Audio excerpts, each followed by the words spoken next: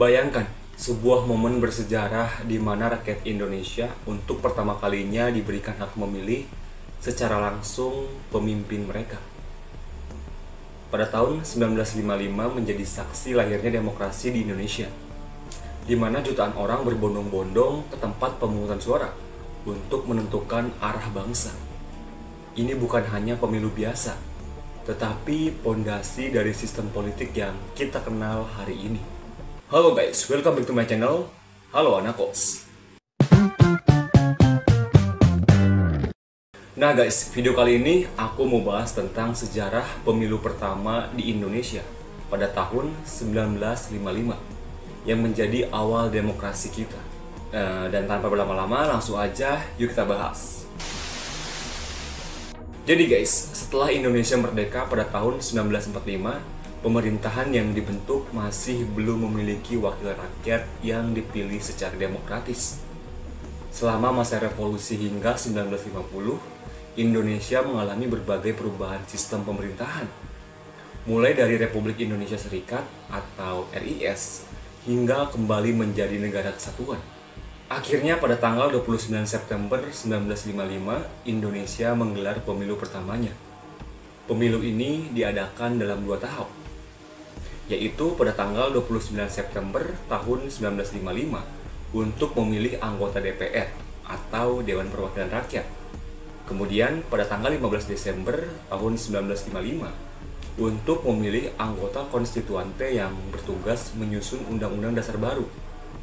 Pemilu ini sangat penting karena bertujuan untuk membentuk pemerintahan yang sah dan demokratis berdasarkan suara rakyat.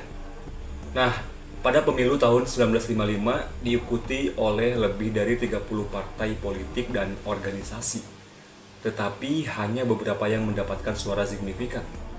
4 partai terbesar yang memenangkan pemilu yaitu diantaranya Partai Nasional Indonesia atau PNI yang mendapatkan 22,3% suara. Partai ini didirikan oleh para pendukung nasionalisme Soekarno dan memiliki basis kuat di kalangan kaum nasionalis. PNI memperjuangkan persatuan Indonesia dan ekonomi yang berbasis pada kesejahteraan rakyat. Kemudian Partai Masyumi atau Majelis Syuro Muslimin Indonesia yang mendapatkan 20,9% suara.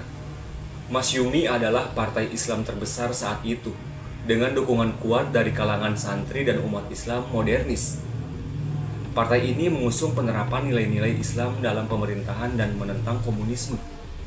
Kemudian ada Partai Nahdlatul Ulama atau yang disebut NU, yang mendapatkan sebesar 18,4% suara. NU awalnya bergabung dalam Masyumi, tetapi kemudian berpisah dan membentuk partai sendiri. Partai ini berorientasi pada Islam tradisional dan memiliki basis kuat di kalangan pesantren dan masyarakat pedesaan. Kemudian ada Partai Komunis Indonesia atau PKI yang mendapatkan 16,4% suara.